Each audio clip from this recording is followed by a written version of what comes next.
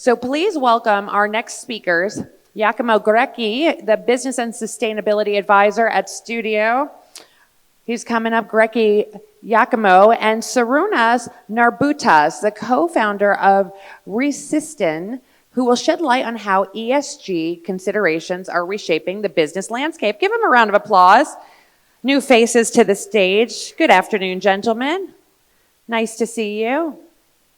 Looking forward to this conversation. Please check your mics and enjoy a great conversation about sustainability. Check That's 1 million, 2 million, 3 million. Okay. And my surname is Grecchi. Okay, how is going so far? Very good? Yeah? Okay, a little bit of introducing myself and then my colleague. I'm Giacomo Grecchi. I'm from Italy. I'm a chartered accountant, a statutory auditor, and for the last 5-8 years, sustainability advisor, because when you are doing financial statement and taxes, you get bored at some point of your life. And then I changed it with the sustainability field, which is involving all of the company of all over the world, and that's where I work for. And that's for me. And then Sarunas. Hello, I'm Sharunas. I'm coming from Lithuania. I have a split personality because half of my personality is in the Health 2.0 room. We did a panel there, so it has to do more with the cancer field, but that's not what I'm discussing here today. I'm a lawyer by background, but I'm also here as a part of a startup which is in ESG field, which has a product in a hygiene space and in the climate change space. So I will try to also explain not so much of just what our product does, but what I see as a changing trends in the market, especially when speaking about the big corporations, which are all preaching the ESG, but actually are they doing a lot about it? So, and we actually, because we have this luxury of just being 2 of us on stage, not 7 or 8 panelists, that we want to involve you in your questions or in your concerns, because we think this topic is gaining traction. We will speak, of course, a lot from our European experience, where it is very, very hot on the agenda, but we think it's coming here in this region, and there will be not a region in the world that will be escaping it corporate-wise. Yeah, this is a Fireside chat, but we are missing a Fireside, so you can imagine a Fireside. Anyway, let's talk about the ESG in M&A. First of all, I think we need to agree on terminology, because I think everyone heard at least one time of ESG, right? Yeah, shake your hand, yeah? Okay. And, but what means ESG? Because, yeah, we say it's environmental, it's social, it's governance, but from the last few years, it gets overused as a term.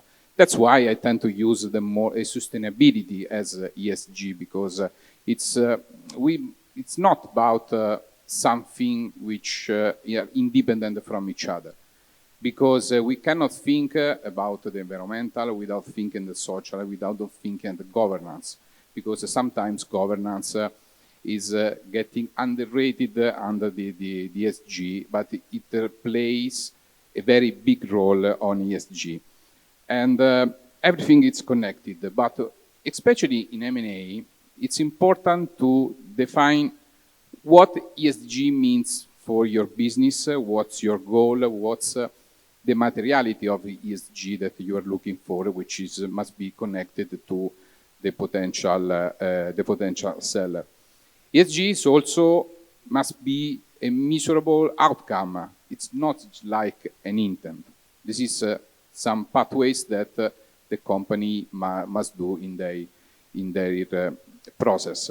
So I think that the agreement terminology is the first step to do. What do you think about that, Sarunas? So again, what Giacomo said, when we just say ESG, we said pretty much everything how the company should operate, and then we say nothing because it's just too vague. I tried to put it into the context. So environmental. When I'm thinking environmental, I'm not thinking that the big corporation should be planting more trees and then say, now I'm environmental friendly. I'm thinking what the corporation is already doing that it can be doing differently today. So take, for example, any office. Offices need to be cleaned, yeah, cleaned or disinfected. So imagine how much of the chemicals are being used in that office just to fog the surfaces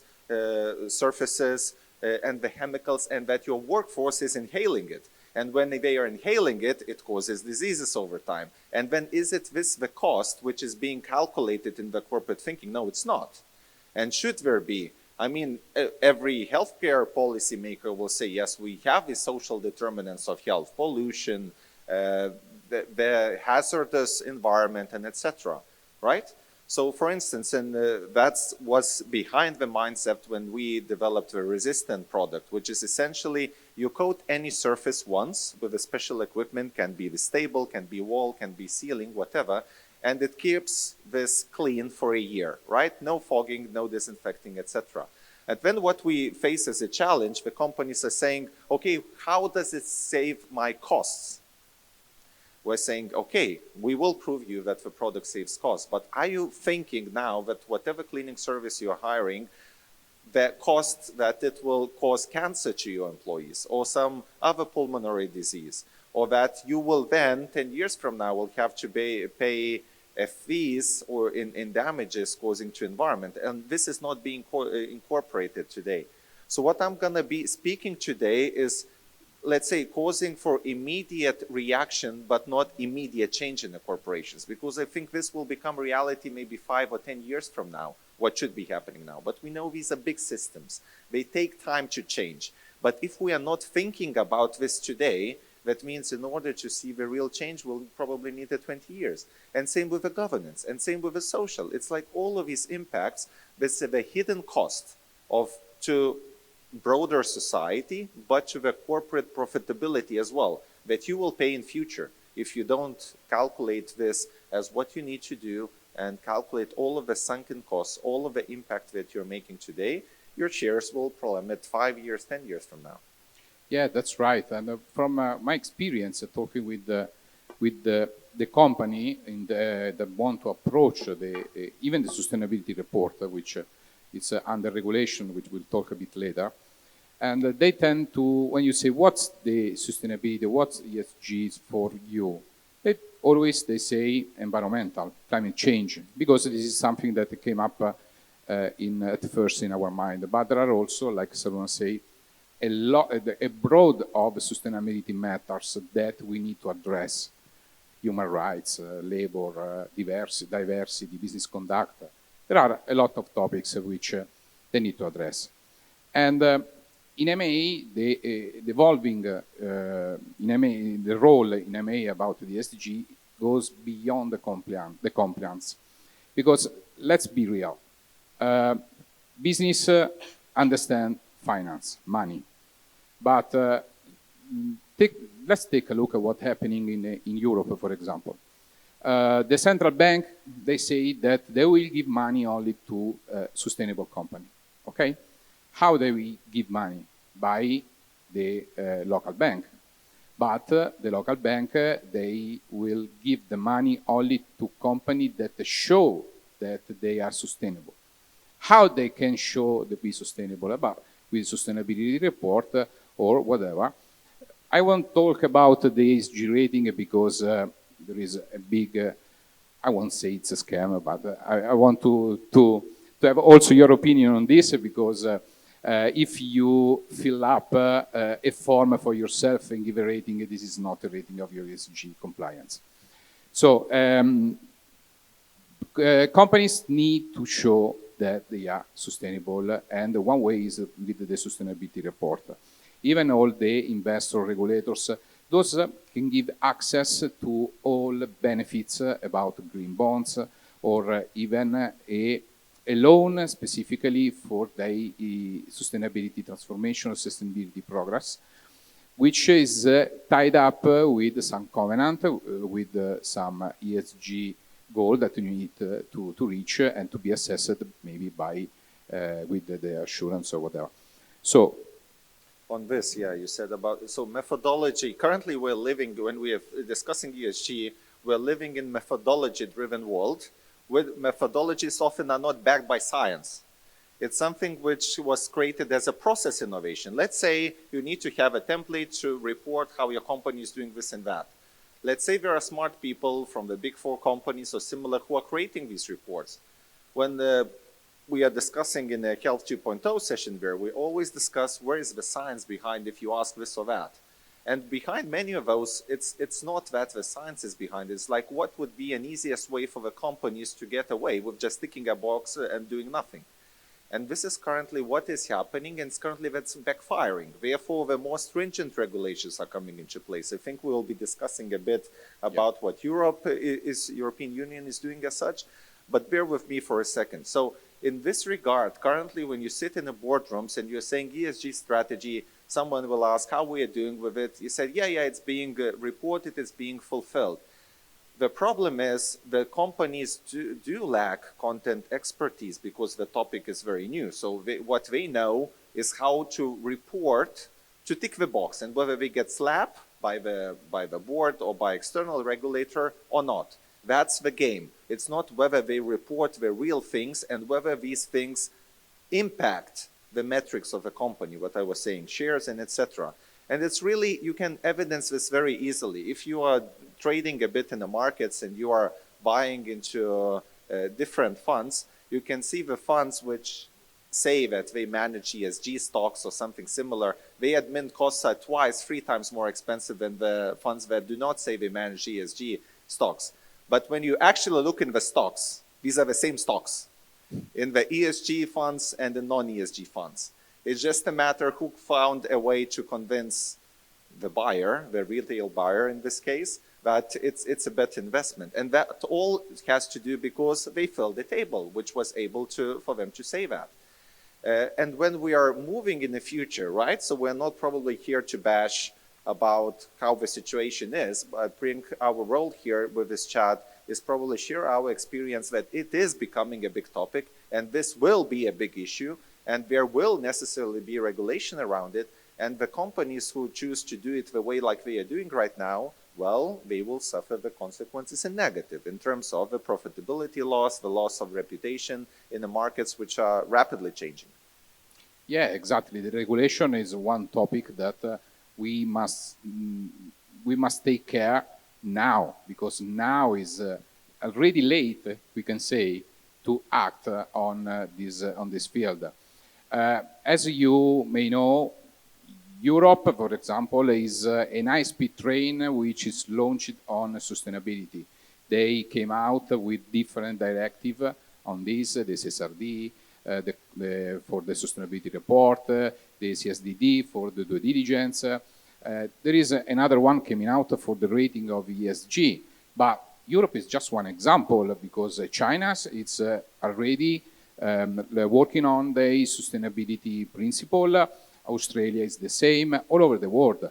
And Europe is much more important because they want also, for example, if we are in a big group, a parent company is in the US and the child company is in Europe, the child company probably will need to do their sustainability report under the ESRS principle, which are for the CSRD. So there are a lot of regulation that, from my experience, companies are not prepared for. Are not prepared for their sustainability report, but more than all, they're not prepared for their strategy, their policy, their action.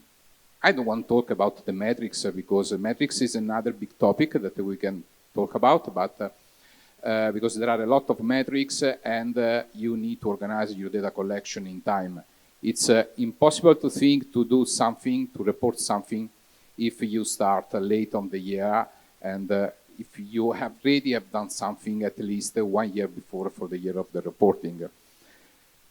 Yeah, let me add to this. So just a bit to summarize. There are legal acts at European level that are adopted. They are not entered into force yet.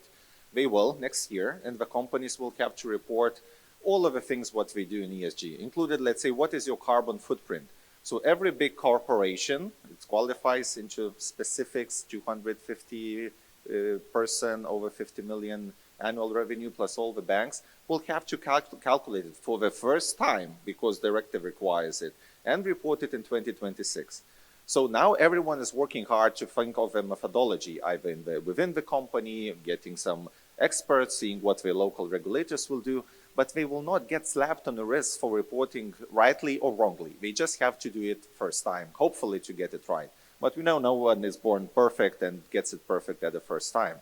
So this is just the first step of reiteration where it starts to matter and it starts to be more of a relevant discussion at a board level discussions. Not like once in a year, let's review it on a quarterly basis. It will start to be implemented with every decision. But when it will start hurting. So now we have in Europe the new commission, so like a new political leadership which will take shape. But we already see the sense where they are going, so that they will either or both reward innovation. So what you say will help with ESG transformation. So the companies, if you want, you say you're green, you're sustainable, you help the planet, you need to invest certain percentage into these technologies who are sustainable, green, and etc. And if you don't, you will not be able to call yourself that company with whatever consequences, maybe losing some grant money, something. I'm speculating. It's not on the table yet. It will be created some years from now. But we know how Europe operates. This is coming. Same like it was with anti-money laundering directives, which now every bank is super scared of. Same as it was with GDPR. First, people were just laughing at it. Now it's super serious stuff. In health context, we debated much further about who owns the data in the patient setting. So this, again, hear us preaching about that this is a topic to take note, and not as just something, oh yeah, ESG, nice to have, etc., but it will become critical. And you being here in the room, you can think about when is the last time you were discussing this, or if I'm just prompting a bit, like if you had any training, if you've attended any training of what ESG means. Maybe we can we ask actually? Yeah. Raise your hands if you have seen or you have done any ESG or sustainability training on the board on the governance side. Yeah. So we see, because you don't see each other, we see like 20% of the room, which is not terrible, but there's like Pareto, right? 80% people need to be educated. Yeah, because this is the key factor, because sustainability in M&A is, especially in M&A, is managing the risk. That's it. But we have the impact, the risk, and opportunities. The impact is what we do externally for the environment, for the social, for the economy. And the risk opportunities, it's about the financial side of the company. And that's where the M&A factor came in place. Because and this is what you need to report, to need to take care. It's something that you need to look, it's a forward-looking factor. It's you need to understand what can happen in 5 or 10 years. It's very long term. In your company, in your cash flow, in your financial statement, what will happen? This is something that you need to care about. But who managed all this? This is managed by the policy and the actions that the company must take in place. And who set the policy in action? The governance. That's what we came to the question before. Because if you need to manage this and the governance don't know anything about what we are talking about, how they can manage this? This is the very real question that we need to address. And this is something that in M&A operation, it's very important because we need to think up about our goal, our mutual goal.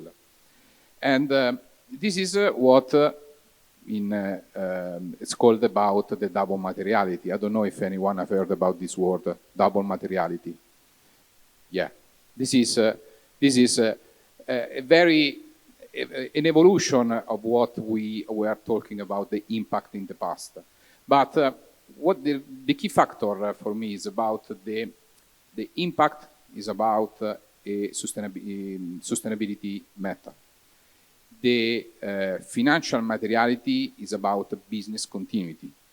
Take note of this because it's what can happen to our company from the outside, which can be relevant as impact or not, that will increase or decrease our value. So it's all about managing the risk to create the value and can give you a premium price for your deal or a discount price, which is very, very bad.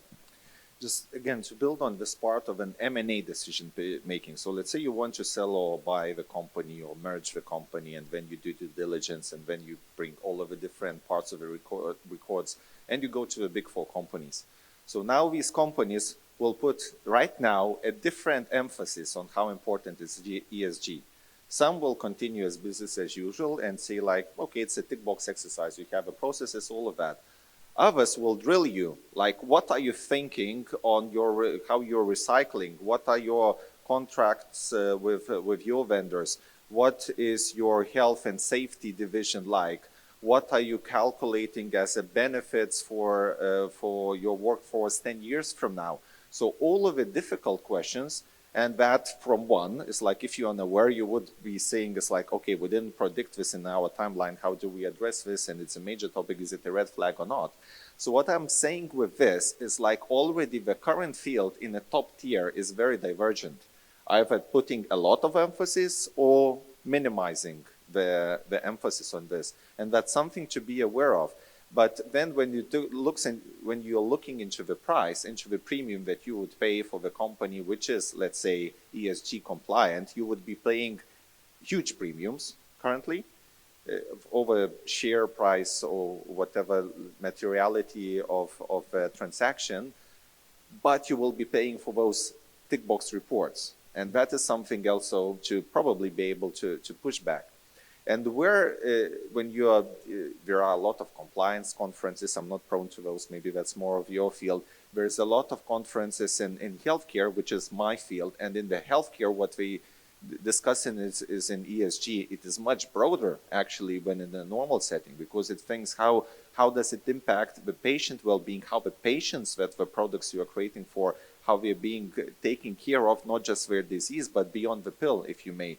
How you, as a provider of service of a product, are thinking that your client, the patient, will be taking not just your medicine or service, but what will that patient do in the remaining 23 hours and 59 minutes in the day to not damage himself, herself, to achieve the outcomes. And that is part of ESG discussion, right? And that means that this is coming into all of this debate that the health at the workforce is a responsibility of a corporation. If you do something bad in your practices and your workforce becomes diagnosed with some conditions, currently you would say probably, okay, it happens. 10 years from now, you might be legally liable for creating these conditions for your workforce. And another point of, let's say, you are the company who is now going through this M&A and say, okay, I want to be looking very, very good on ESG. So now we will buy all electric fleets, we'll buy the charging stations, we'll use only recycled paper, we will use only the organic paints in our printers, and we do all of that. In the big scheme of things, this is very minor investment. And then you try looking into, okay, what are other technologies? So green, everyone speaks about green. Okay, we can use the bottles, glass bottles, and not the plastic bottles like we have in our rooms. Yeah, the glass bottles that we say are sourced from the grounds of this property. You see, in the elite level, in the 5-star hotels, in the nice environment, it is becoming a nice thing to do. It's not becoming a necessity because we still have plastic bottles here. Yeah. In Austria, I give you an example, the hotels are not allowed to have a plastic bottles inside, only glasses, and that's super expensive. It's just because the other scheme. So there's a lot of these things happening already, right?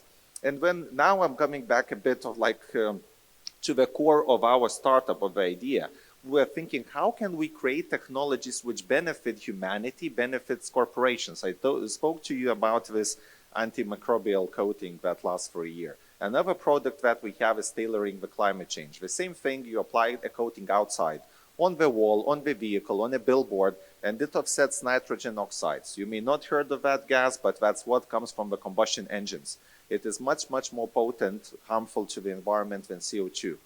And the problem is you don't hear about it because you hear in the climate change how you capture CO2, how you sequestrate CO2, because that's where the big money is, that's where the big corporations came and tried to now push these technologies. However, our technology is like 200 times more effective because this NTO gas that we are able to offset, this warms the atmosphere that much more, right?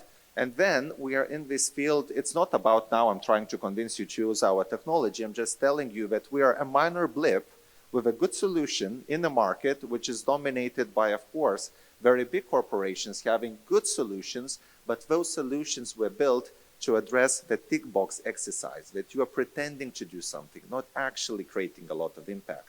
And I know, of course, there are companies who are working a lot and doing great things and moving in that field, but it is not being systemically encouraged as of yet through the regulation. Through regulation, the self-reporting is encouraged, not the real substantial change of what you would measure. Use one technology versus another. Show me the delta. Show me what is the impact of how much money you saved, and then you are ranked in ESG.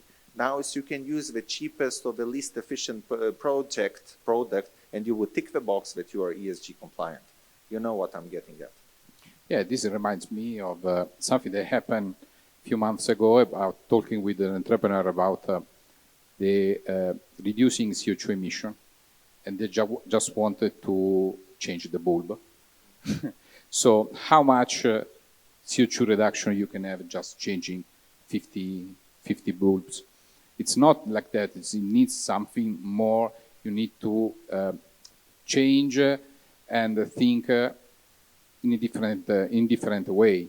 Another example, in a recent M&A operation, that they asked, there was a plant near a river, and they asked about how you manage or how you consider the fact that the level of the river can rise and can get damage to your plants. This is something that you need to take in consideration, and this is at least what the ESRS on the sustainability report you need to state, because this is what we are need to check.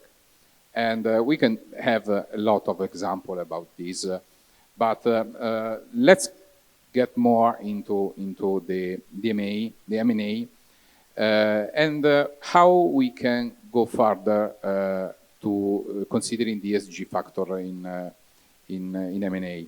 The first step, I think, it's linking to the corporate sustainability strategy, because if I am in the oil and gas field, maybe if I want to buy a company which is under the solar energy production, I'm more interested in the emission or be more sustainable to diversify my business.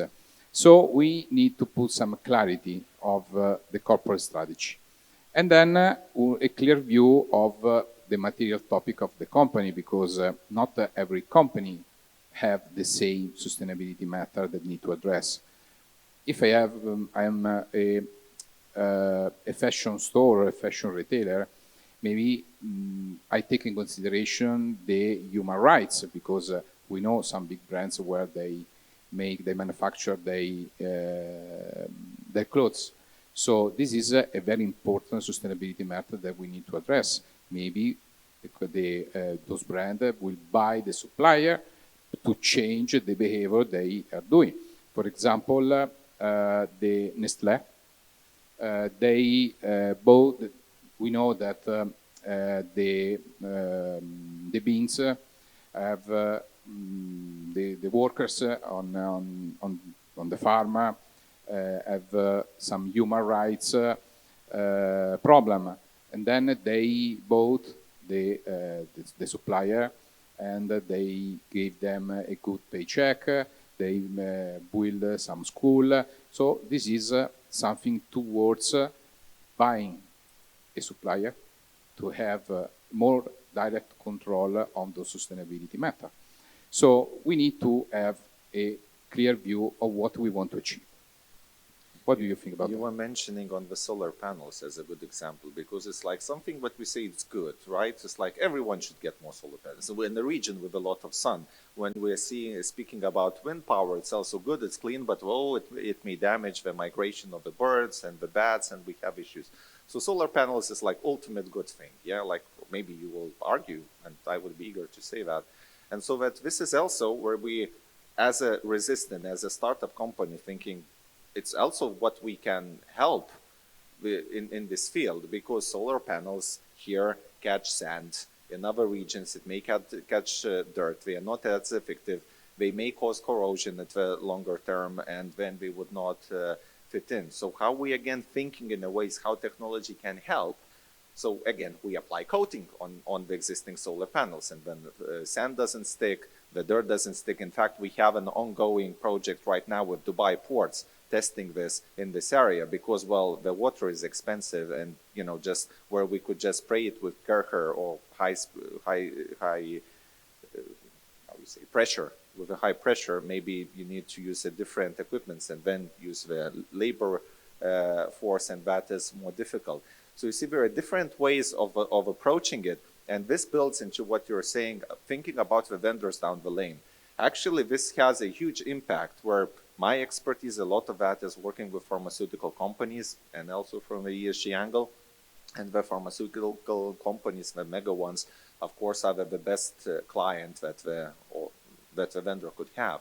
But they have strict requirements of what you should do, and most of that is actually not on the environmental, but it's on social and governance, about the benefits, ensuring human rights throughout the way. So in our regard, we are then the vendor to the solar panel manufacturer, or then just end user, making sure that we also thinking, it's not just what we do, but that we also think how not to cause harm, how to negate bad effects if possible. And this is the mindset. Now, is it something which is gaining traction? Difficult to say. I would say the regions are very different. But I think in this region, a lot has to do with an ethical sourcing of whatever type of things. And ethical, again, it's another broad word, which would be another Fireside chat. But that this gains prominence, but currently falls under the regulator radar. We are discussing about the companies, what they do, the companies, how they calculate their own impact on environmental, carbon footprint, or the social, the sustainability, mitigation of risks, and governance in a lot of the fraud aversion, and etc. We need to make sure that the buck does not stop with the companies, but goes all the way to their suppliers, and also if it impacts their end user behavior. Yeah, and that let's go to the next part. Once we are aligned with what we are looking for, then how we compare the potential seller, the data, the sustainability matter with whoever. Because we don't really have nowadays a benchmark, but we will have in the future, because in the aim in Europe, we will have all sustainability report data in a database which we can use to compare and to see and to check if we can pay a premium price or not, based on the ESG value or ratio of the company. But that arises other big problems. Data, because we talk at the first. Data quality is something that is missing in the company. Getting the data is hard, because there is also some resistance, and there is also some additional cost that the potential buyer must have to address what they missed on their due diligence process of the company. And it's lack of the reliable data that for me is the big problem, even for the due diligence process. Yeah, maybe we should be asking audience a bit in that we see, Steve, still have close to 8 minutes in here, and I appreciate you are not sleeping through this. especially that, some of you have content maybe say, okay, I will know now more of it, but I don't really care. Can you have some response feedback to what we're saying? Is it resonating with you, or it's just interesting to two of us? I would say, again, there's no stupid questions. It can be just stupid answers from us. But how it resonates with you? It's just fine to say, I don't know, I don't understand why this is relevant. What we deal with is different problem. So please just help us understand the temperature in the room, because it's cold here. How we doing? Who wants to ask something about governance, environment? Oh, you're up front. Sorry, I'm walking More to the back. exercise for you. That's all right. I got 10,000 steps so far, so I'm doing well. Here we go. Thank you for your valuable insight on ESG, which is our challenge for this current moment and for the future. I noticed that you, Giacomo, mentioned the double materiality assessment. And in my experience, I started as chartered accountant, so with a training in law and in compliance, and ESG is first of all a challenge in terms of compliance for me. But as I can understand by the business clients we follow in my law firm, usually management and the top management doesn't really understand the responsibility they have about the data they disclose in ESG reports. When they use outside suppliers for their report, they don't even read the questionnaires they send to their stakeholders. And I think that if they read them, they would appreciate the real disclosure they give about their attention to ESG issues. Because from the questions, which are the background for the report, the stakeholder, the banks giving funds, and the clients would appreciate that sometimes the questions raised are inconsistent with each other, and they show that the real issues in terms of sustainability are not even grasped. They haven't caught. For now, I think that this lack of attention and lack of culture belongs to both sides, the businesses and the banks. But I understand that now the game is changing. And the banks understand that they could have to address penalties because of their lack of attention. And they will start to read with higher attention the papers we receive before the reports. And they will understand the real attention that management puts on ESG. And I think that this is something that today, as we are talking about leadership, as we are talking about management, this is something we cannot be delegated to third parties without a real commitment in terms of also about responsibility of the management. So if you have some further insight from your side, I will really be happy to listen about it. At it. Thanks. Do you want me to start? Yeah. Well, I can say so true. It's not surprising for me because the latest one, which I'm talking in the company a few weeks ago, I haven't talked any time with the management. There is a team. They said, you are in charge for this. Talk with them. And that's the main problem, because who set the strategy? I told before, who set the strategy, the policy? Who set the action? It's the governance, it's the management. That's where we need to train. It's changing. We have something on the skyline that it's changing, because whenever the company come to the local bank and say, I want a loan, and they say, how sustainable you are?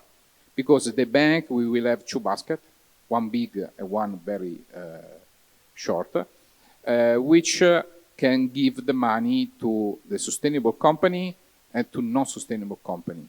And if they finish what they have for non-sustainable company, they won't give you the money. And that's, I told before, company understand finance, the money. If you took them out, they will understand that we need to do something. I hope that we will not arrive in this time when the company will close because the bank will not give, will loan the money. But if needs, yeah, why not? Because we need the change. So to add on this, yes, I see that the companies do not have internal expertise on ESG so much, but that is changing. And think a bit of like a decade ago where compliance was often outsourced, and now you have whole departments. Think of MLRO in terms of money laundering officials inside banks, again, was new, and now it's emerging. With ESG, I actually see a trend where many law firms hire ESG people because these are not lawyers. They may be trained somewhere else, and this to guide also the legal team within the law firm how to advise the client as a service of the ESG reporting. This is happening a lot because of the EU directives coming up. But back, just to wrap it up of this importance, I think if the companies do that way, like what you said, they think, okay, it's a tick box exercise, it's important for investment relations, whatever, but we will outsource it and do not build capacity in it at a board level and a senior leadership. It's a ticking bomb that once it goes back bad, you will not be able to contain it. And then in terms that these mistakes happen, they happen at the highest tiers of level. So just maybe a month, 6 weeks ago, among the big tech companies, there were huge situations with the Google, with Facebook, but Amazon was hit most, all about the carbon emissions reporting. So we are speaking not billion, but trillion-dollar companies not able to compare the processes. And they were saying, like what you said, your report as Amazon is your carbon footprint. In your own report says you pollute 20 times more. And you predict to pollute 1,000 times more. Even you say you will be carbon neutral by 2030. So where is it? You know, and this is your own documents contradicting that because the devil is in the details. But that also showcases what's my take after really digging into this. It's not about that truth is one side or another. All of those are magical numbers extrapolated with a potential for something, not a real thing which is being assessed at the corporate level, because now we deal again with this process innovation, not so much as a real change, which will be demanded by regulators in few years to come. Yeah, there is a question? We're going to do a quick one. There's no doubt some of these motions definitely affect the trust of the consumer and how they're perceived. So revenue is going to go down, no doubt. What's your question around this? Thank you very much, both. Here's Uti. Maybe one comment first. I think it's a great place to speak about ESG in Dubai. Why? I see Dubai always as the non-official capital of the global.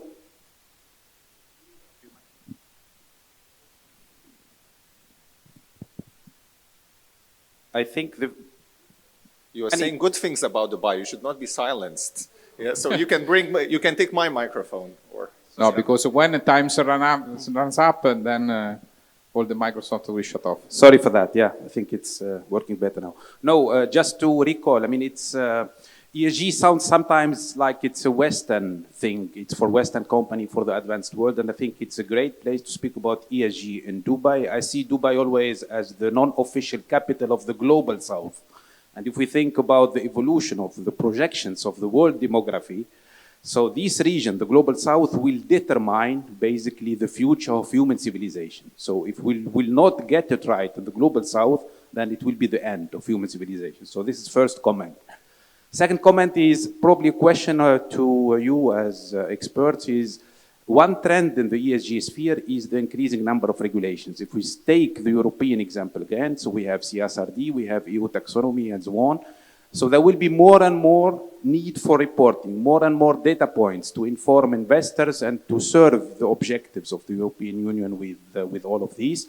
So what is your recommendation for companies? Because there is a risk that everyone will be optimized for reporting, covering so many data points instead of driving real life action. How to manage that? What is your recommendation for companies to work on it? Thank you. I can start with that. Thank you greatly for your contribution. On your comments, I would also agree, there's the concentration of people living in the global south. It's like what will make or break the climate change. And this, what we actually see, one of our products for this climate change, we were speaking with the Dubai government. We had COP28 last year. This is where we were showcased as well. But we see that the pollution in this area is much, much higher, much more difficult to deal with because of the sand. So the wind blows, the sand goes, all of the bad particles goes in the air. Where you have forests, where you have a lot of mountains, it just separates. On the separate one, yes, this is what we were preaching. It is the evil which is coming, but it's probably necessarily evil before we start measuring the right things, not just measuring the things right, yeah? So in this regard, I think once we will have incentives for companies to be ESG compliant and gain something from that, this will change. I can say a good example, which we like also from our operations in UK. It is very interesting fact, like you may know that the healthcare system is really on the brink of collapse, always like that, gonna bankrupt, NHS. But even with that, they are so mindful of their being environmental friendly that the hospitals have to pay for the anesthesia gases as a pollution every year back to the public budget. And then we are again solving that problem. And whenever there is a public tender, now don't think of the healthcare, and any public tender in UK, and you are again selling the bottle or the chair or the lighting service, you have to also say what innovation you bring. And innovation brings you extra points. And this is very interesting approaches because when we see companies like ours, we have an angle. We say we help that product to be competitive. Whereas in most countries where you don't go and you say it's just the minimal, the lowest cost approach, they don't care because it's always added cost. And then these approaches with these companies, by the time the regulations kick in, they already have case studies to present. They already have metrics to measure what's the impact. And then it's not just reporting a lot of things. But I am afraid there will be more and more regulation. And I think the companies will have internal resources, much more of those dedicated to address this, to understand what we do, and then to try to think of a case where over time. I love your insight. Thank you so much for being experts around this topic. It's extremely important to our society, our globe, our world, and all the businesses. So thank you for that contribution. And thank you again, gentlemen, for sharing your insight. I know this conversation will continue during networking. Give them a round of applause, please.